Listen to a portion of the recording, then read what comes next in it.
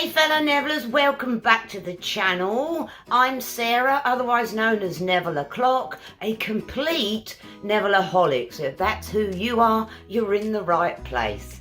I love Neville and I love to share his wonderful wisdom. We're running through the book Your Faith is Your Fortune, and we're up to chapter 10, To Him That Hath. So let's dive in, my lovelies. I may as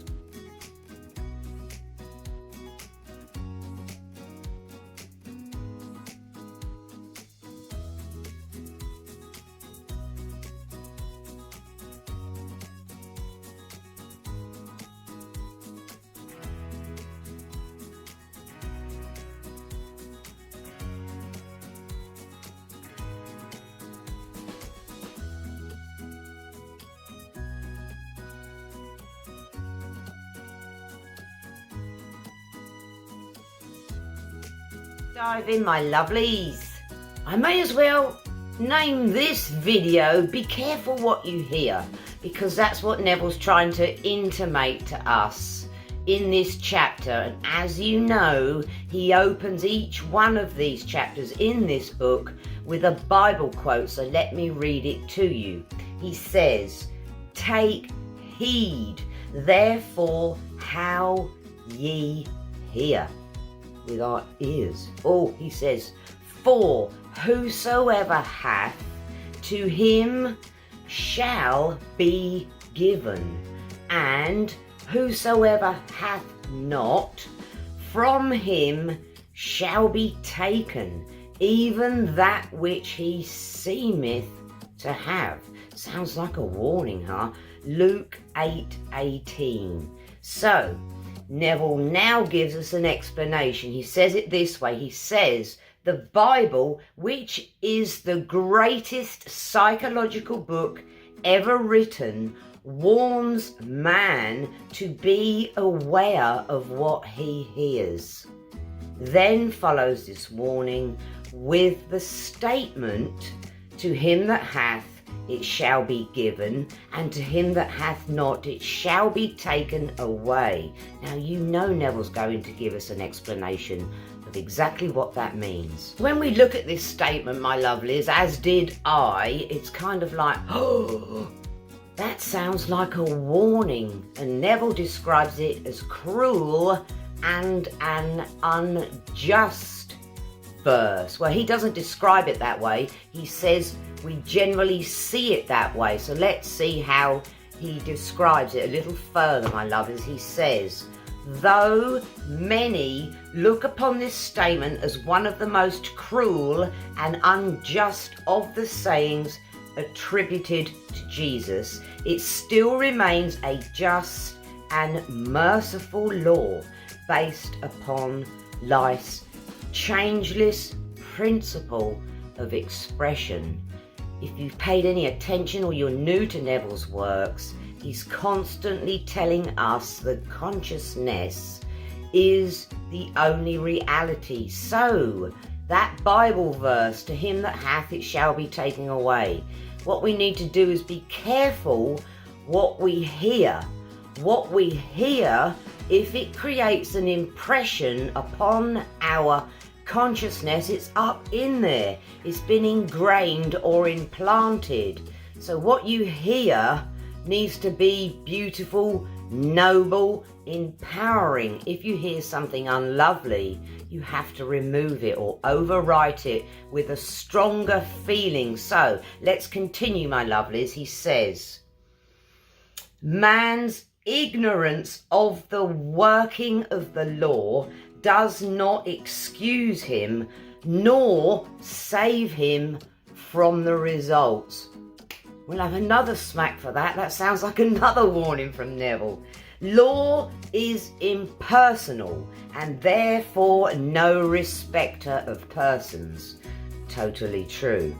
It's not special for me, it's not special for you. It applies to everyone out here in the whole of the world, in the whole of humanity. And as you know, that's up in your consciousness too, my lovelies. So he says, man is warned to be selective in that which he hears and accepts as true. Everything that man accepts as true leaves an impression on his consciousness and must in time be defined as proof or disproof. So there's our total warning right there. Whatever goes into our consciousness, if we believe it and accept it with the feeling of, oh yeah, that's real, then it creates an impression and it's going to be manifested out here in our personal world. He continues, he says, perceptive hearing is the perfect medium through which a man registers impressions. Now, from my experience, I know that perceptive hearing, i.e. we can use it to our advantage. And what we can do is call up the image of our friends, relatives, anyone, an acquaintance, someone we love, whoever it is, mother, father, brother, sister, anybody. We can call them up in our imagination and we can hear them in our imagination congratulating us, so we can hear wonderful things as opposed to what others may say out in 3D here that we don't want to hear. Now here comes another lesson from Neville, because this journey is all about discipline. Neville gives it to us here in this paragraph in black and white. He says it this way. He says, a man must discipline himself to hear only that which he wants to hear, regardless of rumours or the evidence of his senses to the contrary. As he conditions his perceptive hearing, he will react only to those impressions which he has decided upon. So Neville then says, this law never fails. Fully conditioned, man becomes incapable of hearing other than that which contributes to his desire.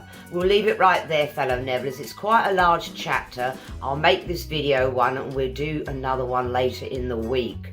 So the first 2 or 3 paragraphs are really intimating to me, and I'm sharing with you, lovelies, it's about perceptive hearing.